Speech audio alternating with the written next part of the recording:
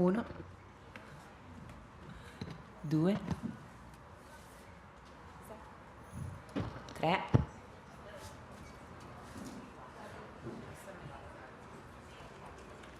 no, sì, ok, 5,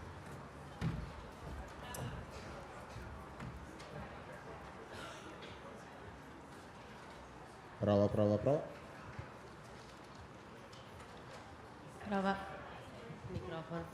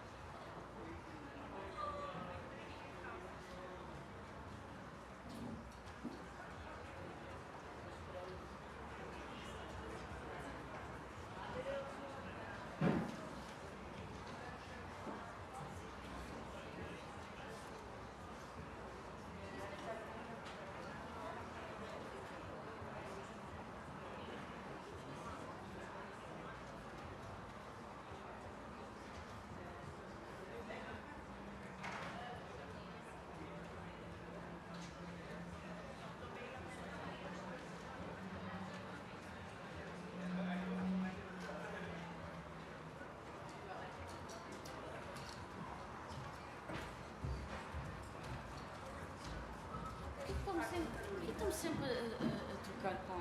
Sim, a trocar com a Carolina.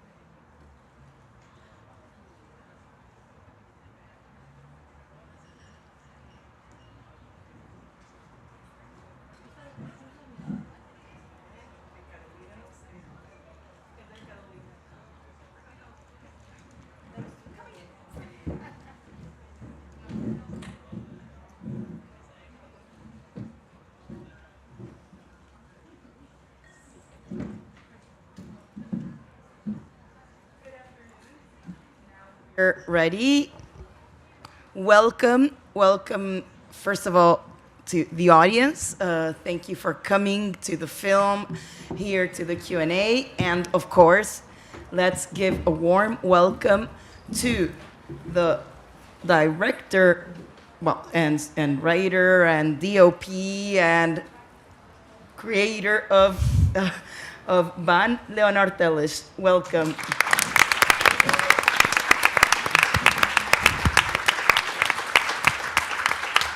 Next to me, Meg Lau as Kay. Next to Leonard, Carolina Miragaya as Elle. And at the end of the table, Philippe Arreis, producer, and also Julieta.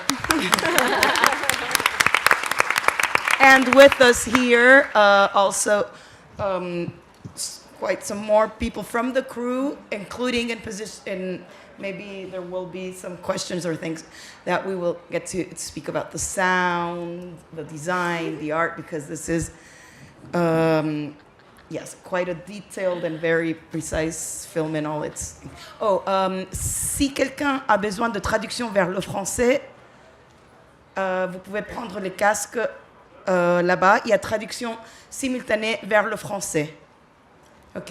N'hésitez pas, là derrière, il y a les casques pour la traduction. And I don't want them to hear this so they don't get, of course, nervous, but hello also to the people that are watching. This is being live streamed as well, so but you didn't hear that. So, Welcome the world premiere of your first feature fiction. After, once again, quite a few very noted short films, which have taken you a bit all around, but also including Berlinale, The Golden Bear.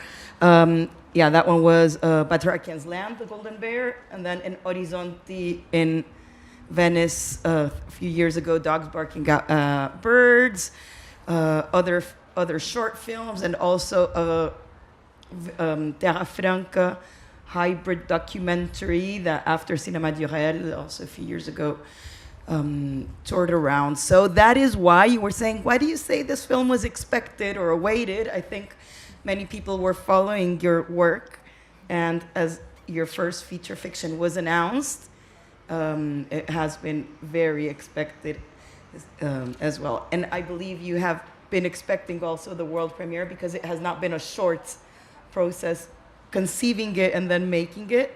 So maybe you can start sharing with us a bit about that, and maybe from the first image or concept that said this will be my first feature fiction. Thank you.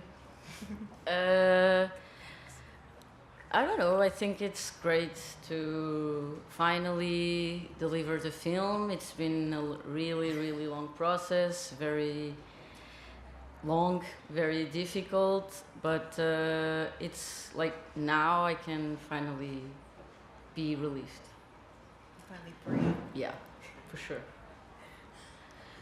And the start, because maybe this is a cliche for many people who perhaps don't speak Portuguese, but I guess for people who don't speak Portuguese, like the most known word, perhaps, many people do know the term saudade, Yes. which is barely used in the film. I see that intentionally. It's barely used in the film, but finally it impregnates the whole thing.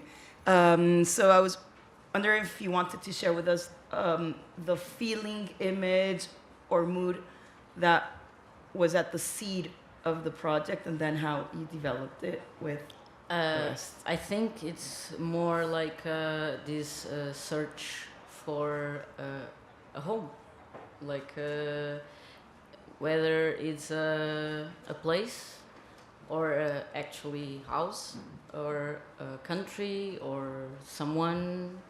So the film began with the losing a home and how you can go from that, because you think you're going to die, but then you don't die. You make films. By the way, of course, as you know, the idea here is also to open the conversation and listen and hear your questions and maybe answer them as well, and your comments. So please just raise your hands if you want the microphone. A microphone will come to you, because here the idea is really to have a conversation with the audience. And maybe you can tell us, well, Filipa, because otherwise you stay on the side, a bit shy as Julieta. Of course, you have been in the process from the very start, and then also in front of the camera. Would you like to share and then that way we can start with also go to the main characters and actors playing them, how the characters were built with the actors, how that was developed into the story once you cast, and perhaps tell us when it was decided that you would be Julieta from the start or not. I think since from the very beginning, Leonor has this group of people around her. There are friends, and I think too, I don't want to talk for her, but I know this is true, that to shoot someone, she needs at some point to fall in love with that person, be in love, or to have this will to portray that person. So I think that was how the cast was chosen. So, for example, Filipa Falcão, that it's here, that plays Rafa, she's really a very, very close friend to Leonor and also works with us. She did the continuity. So there was around secondary cast, a lot of people were working on the film or were already close to Leonor. And we were playing with this idea of making it's a character, so it's fiction, but at some point you are, of course, putting yourself also there. And I think that it was how then Leonor worked very close with Carolina and Meg. So understanding which of you is there, and when you have, when you are playing with fiction, and sometimes it's not you. So sometimes that, okay, you can say as you would say, and then I say, and then say, no, now you say like this, and said, wasn't it supposed to be what I wanted to say? And said, no, not this time. So it's like you, game. but not you, Filipa. You, Julieta. Yes, I'm totally Julieta in the film, and here, Filipa. Thank you. And in your cases, Meg and Carolina, you did not know Leonard from way back, like Filipa and some other people in the crew. So how was your encounter with the project first, with Leonard, and then in the construction of K&L? Well, before I got approached by the project, I was a big fan of Leonor's work. Like at a point where like I celebrated her work, and so yes, I didn't know her personally, but I knew her work, and yeah, I was a big fan. So when they approached me, like everything fell down. Like I can't believe one of my favorite directors and is showing interest in me to play a character, and I didn't like I am not an actress and never was, and for me it was like I'm not an actress, but for her I will be, you know. You are now. Now you are. Now I am. Yes, I guess. I don't know. Yeah. So for me, it was like this. And before Leonor gave me the part, we met several times and got to know each other, and we drink a few drinks, had a few drinks, yeah, and got drunk many times, and we got closer and closer, and then Leonor is like, I give you the part. And from that moment till now, we kept building the character together and rehearsals, and yeah, it's always like something in process. In that time, yeah, it was. Thank you. And for you, Meg, you come from farther. Yeah. So, I think I came into the project much later than everyone else. I think it was just after COVID? Yeah. Yeah. I still remember getting the brief from my agent and being like, oh my God, this character is like me to a T. And I still remember the first phone call I had with you on Zoom. At the end of the phone call, I said, thank you so much for the therapy session, because I felt like I was talking to a friend. And I remember sobbing a little bit. And then after quite a few Zoom calls, I actually went to Lisbon to visit Leonor. And then one of those times, Carolina came along and we ended up going bowling. I remember beating them, and right. It was just...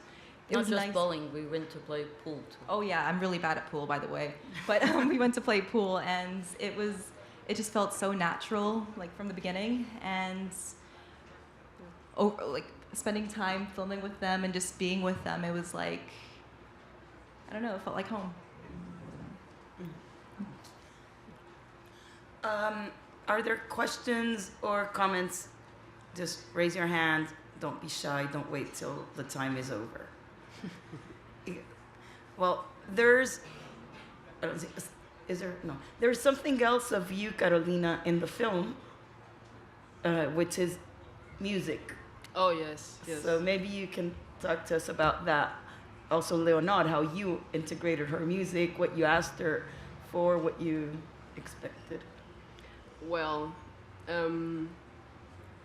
I've been doing music since I'm like my relationship with music started at like 10, and then it developed and I started producing.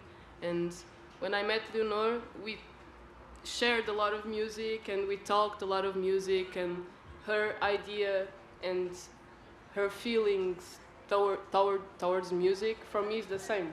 So I think it made sense for her, I guess, and for the both of us to incorporate that side, because since we share this passion and we share this moment, and I don't know, music is music. So yeah, I think the idea was to, since I'm a musician and movies have music, why not, you know? Yeah. And as we spoke about this morning, this one really has music. Created for it, also songs. It's essential part of quite a complex and quite well worked soundtrack. So maybe you want to talk about that. Was there at some point, I wondered if some of those songs, for instance, were playing also sort of on sets, or decided later and added, or if they were part of like I think like a lot of songs I already knew that I wanted to use them. I don't know like exactly in what moment, but I knew that they were the feeling that I wanted to give, the mood, to set the mood, to set the rhythm, to set the pace of the character. So, and after we shot in Thailand, I stayed there, and while we were traveling, we were listening to these amazing Thai songs, and I came addicted to Thai songs, and I was like always with the Shazam app, like, oh, this is perfect, let me catch this. And I had like big list of like Thai songs, and for me it was very, I knew that I needed to incorporate that on the film. So it was always like a process of ongoing process. Like I had some musics that I wanted to use. I had some musics that I went to find out during the shooting. And also, since Miragaya is a musician, for me was always like, okay, let's do music for the film. And she did a lot of tracks for the film. And yes, they're original. Yes. Yeah. For the film. Yes. Many of them. And always my idea, since, because for me it's like, it's not just for me, I think it's for everyone. When you have a broken heart, you listen to music. You have to listen to music to get up, you have to listen to music to cry, you have to listen to music to go to work, you have to music to stay alive. And music has this incredible power of like within 3 seconds touch you. And I wanted to like play with those feelings too and those emotions. So of course this film that talks about all of these big emotions, it had to be a lot of music. So since the beginning I told my producer, Filipe Reis. True. Yeah. We need money for music. Yeah, We set can aside hear half the ourselves. budget or two-thirds of the budget for that.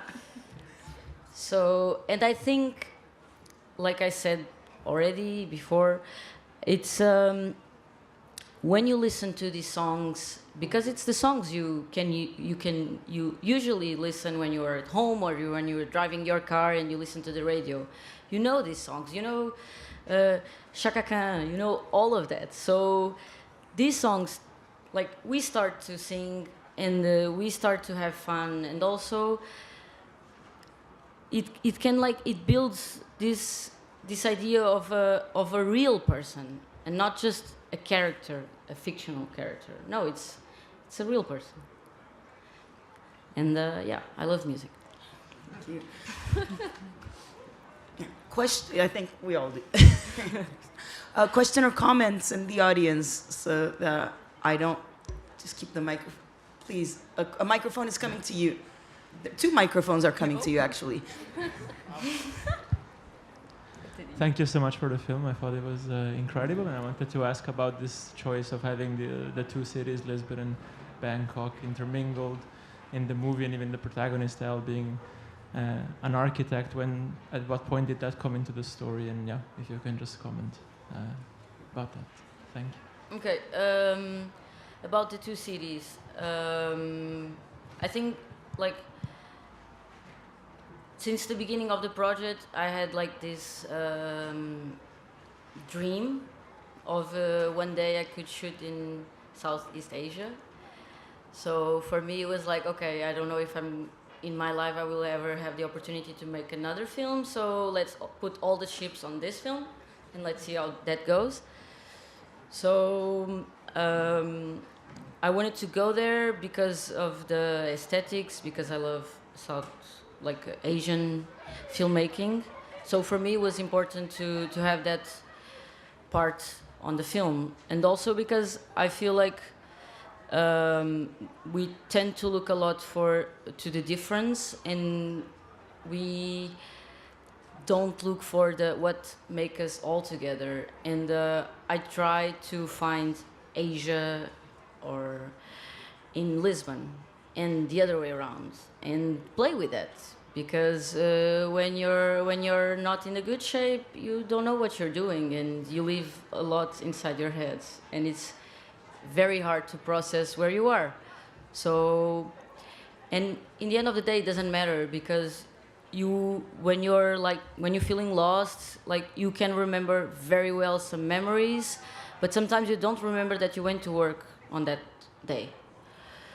And about the architect part, I think since I was trying to play with this space, with these two cities, and being Bangkok such a big city, if you have someone that has a profession that is like to look at cities, look at how people inhabit those cities, and also was kind of a puzzle to make this kind of architectural puzzle in the film. So why not having an architect doing that? Yeah. Thank you. And actually, speaking of the two cities in the film, you were talking about when you shot. How did you shoot? In what order? At what point? And with how much? We shoot Lisbon first. But how much time? With how much time in between, and how much time in each? Sorry? I mean, how much time did you shoot in each city, and how much time did you wait after Lisbon to shoot in Bangkok? Was it immediate? So we had different periods of shooting. We shoot a little bit of Lisbon in 2020, and we shoot 20. We shoot a little bit of Lisbon in 2020, and we stop, and then we shoot a little bit in 2021, and then we shoot everything in 2022, and then after the shooting, we went to Bangkok to shoot the Thai part. But before the Lisbon shooting, I went to Bangkok. I was there. I was like location scouting for a while to see if it works, and it did. Yeah. Another question or comment over there? I've just got a question. You said that it took you about 6 years to finish the film. So what was it? What took so long? Was it the creative process, or just finding the perfect location, or what was it? Or money? I don't know. It was a lot of things, but mainly it was COVID, because I started to write the film so I had the idea for the film, and I started writing the film in 2017. But in the meantime, I'm DP, so I was working for other people, and I was making another short film in Porto, in Portugal. So, I was always like writing at the same time. And then when finally we were going like, oh, we got the budget, we got the funding, we are going to shoot, COVID. So we had to wait, and we need to do a lot of changings because for me it was like I don't want to keep waiting, so we rewrite the whole film again, and it took all this time, but I think it's okay, right? I don't know if Philippe. No, but I think a lot of people and a lot of filmmakers struggle with this same problem. There's a lot of productions that were delayed for 2 years, 3 years because of COVID. In a case like this, in which the film is about maturing and growing up at that point, at that early stage, it seems also quite organic in a way. Yeah, because the film grew up with me. I was growing, and the film was growing along. So I was kind of updating the film. I didn't shoot the thing that we write in the end of 2017. So Now, then you would look at the character Elle and say, how childish, maybe at that point. yeah. First, please. I mean, the what was written. How, there's a hand there. Here. Hi. Someone already has where. Yeah, can you you hear already me? have it. Yeah, hi. First of all, thank you for creating and sharing. It was very moving. I really enjoy it. What I find really interesting in the film is the time of the image.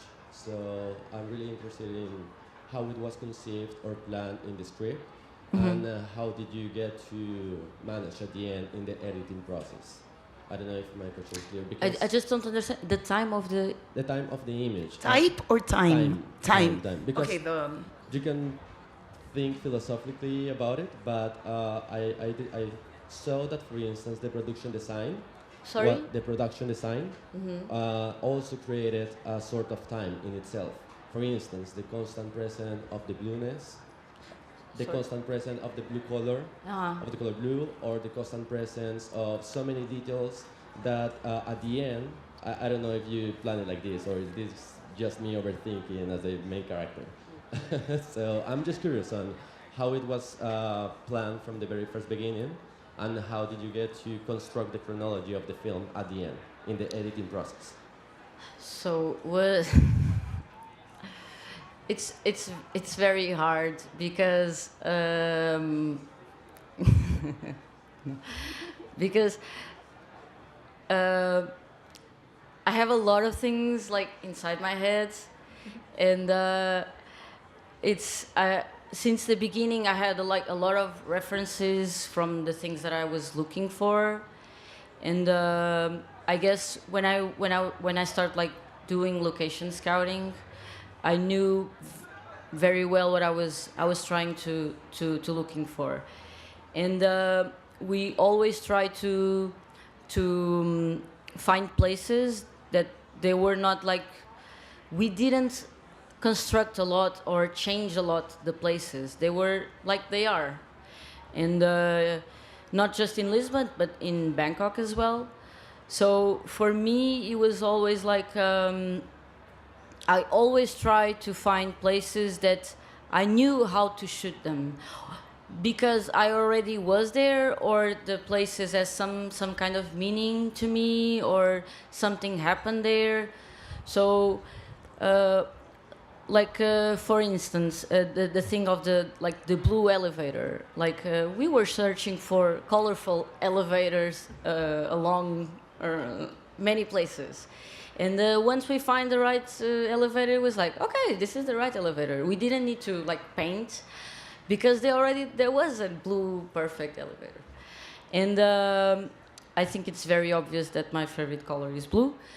So I think I always wanted to play also with the color in the film, because I think the color can express so much of your inside, of your feeling.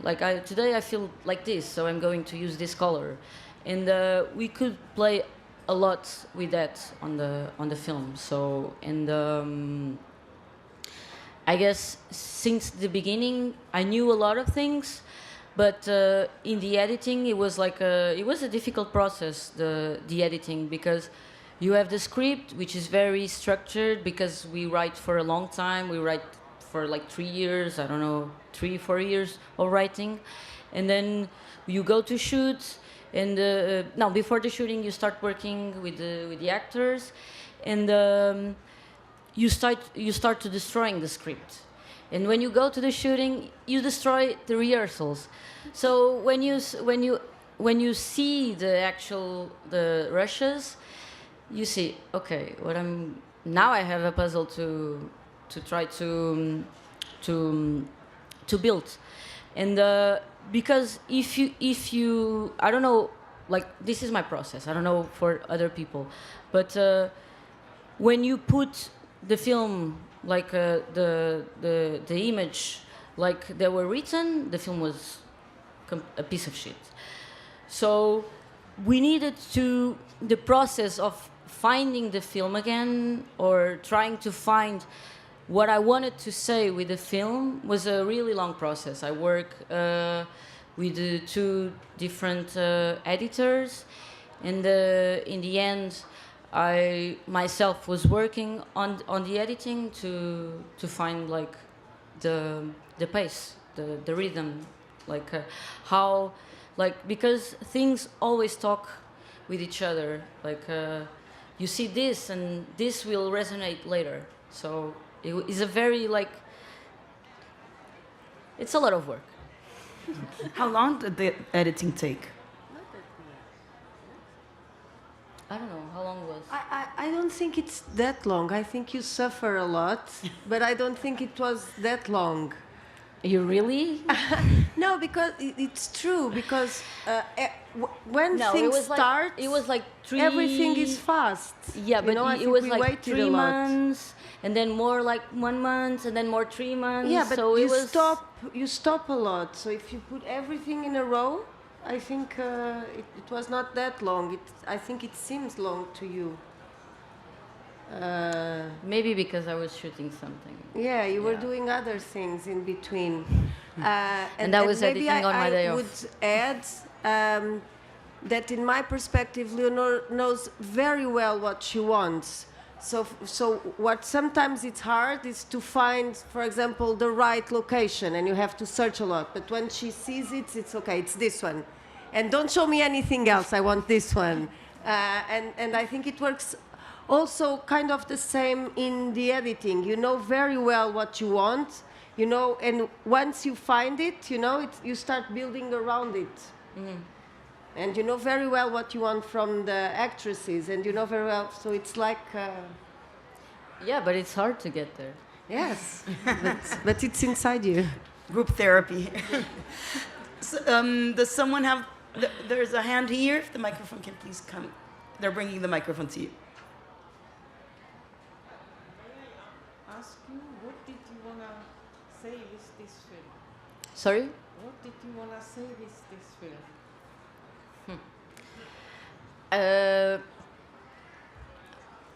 I don't know. I just wanted. I had to do something with the feelings that I was feeling, so I decided to make a film. And for me, it's more like growing up, like accepting that being an adult has to come with all of this, and you have to find a house, and you have to find a work, and you have to build relationships, and you have to keep your friends. And in the end of the day, if you fall, you will come back again. So for me, it's more like that. It's today I stay, but maybe tomorrow I'm not going to stay. Thank you. Another question before it's too late. No, if someone in the audience has a question. So, well, you mentioned, of course, and going back also to the question about the image, of course, you are, for yourself and for others, cinematographer, and this is all about a mood and the feeling of conveying that, which is first of all through the image and the music and the sound and the editing And first, I thought that the question also had to do with that, even with the speed of the editing and the rhythm. I just wanted to say how you approach. No, I think for me it's more like a question of there are periods in our lives that we think we cannot survive, but we can. So it's more about that. Okay. Well, that said, maybe it's better than speaking technicalities about the image. I think that closes this conversation very well. Thank you very much, because now we have to leave room for the next things. Thank you very much for coming, for taking part, and thank you very much, Leonard, Meg, Carolina, Filipa, and the entire crew for bringing us home. For bringing us home. It wasn't a work day. Thank you, and maybe finding a new home. Yeah. Thank you. Bye. Baan. Thank you.